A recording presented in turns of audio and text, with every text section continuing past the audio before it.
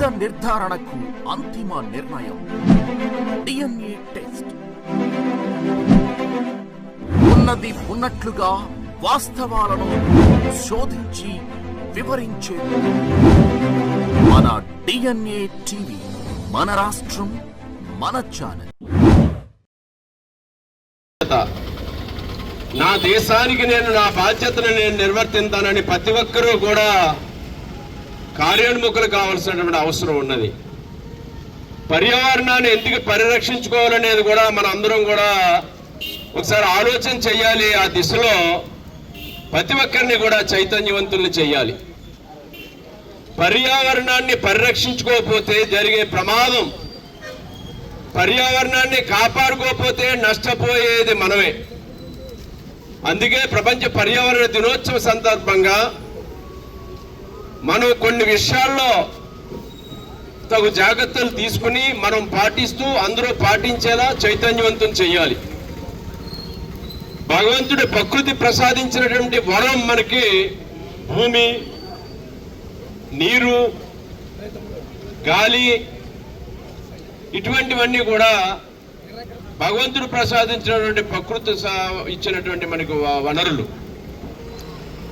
మరి వాయు కాలుష్యం లేకుండా, గాలి కాలుష్యం లేకుండా, నీటి కాలుష్యం లేకుండా, భూమి వాతావరణం కలుషితం కాకుండా, వాతావరణం అంతా కూడా పర్యావరణం అంతా దెబ్బతిని రేపు భవిష్యత్తులో మనం అందరం కూడా ఆరోగ్యవంతమైన సమాజం లేకుండా, మొత్తం అందరం కూడా నష్టపోయే ప్రమాదం లేకుండా కొన్ని విషయాల్లో అంటే వాతావరణ కాలుష్యాన్ని తగ్గించడానికి తీసుకోవలసినటువంటి చర్యలు, జాగ్రత్తలు అందరూ తీసుకోవాలని కోరుతా ఉన్నాను. అందరూ చెట్లను నాటాలి, పచ్చదనాన్ని పెంపొందించాలి, నీటి కాలుష్యం లేకుండా చూసుకోవాలి, ప్రకృతిని సంరక్షించాలి, సేవ్ నేచర్. అదేవిధంగా చెట్లు కొట్టకుండా చూడాలి. అదేవిధంగా ఇంకా రకరకాలైనటువంటి చర్యలు. ప్లాస్టిక్ని మనం నిరోధించాలి, ప్లాస్టిక్ వాడకాన్ని తగ్గించాలి, ప్లాస్టిక్ వాడకం లేకుండా చేయాలి. అవసరం దాని స్థానంలో జూటు లేదా ఇతర వస్తువులు వాడాలి.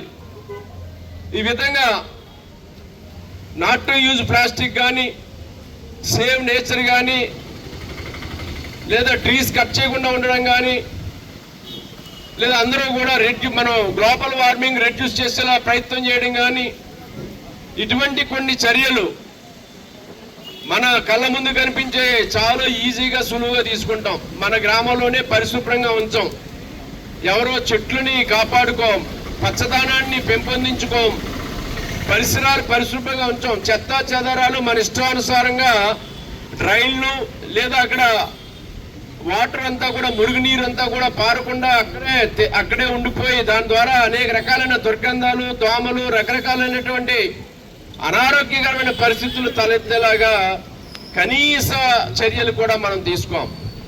ఏదైనా చేయాలంటే ప్రభుత్వం చేయాలి, లేదా అధికారులు చేయాలి, ప్రజాప్రతినిధులు చేయాలని చాలా తేలిగ్గా మనం అంటూ ఉంటాం. కానీ ఇది ఏ ఒక్కరో చేస్తే జరిగేది కాదు. అందరిలోనూ కూడా మార్పు రావాలి. పర్యావరణాన్ని కాపాడుకోవాలి, కాలుష్యాన్ని తగ్గించాలి, పచ్చదనాన్ని పెంపొందించాలి, ప్లాస్టిక్ని నిరోధించాలి.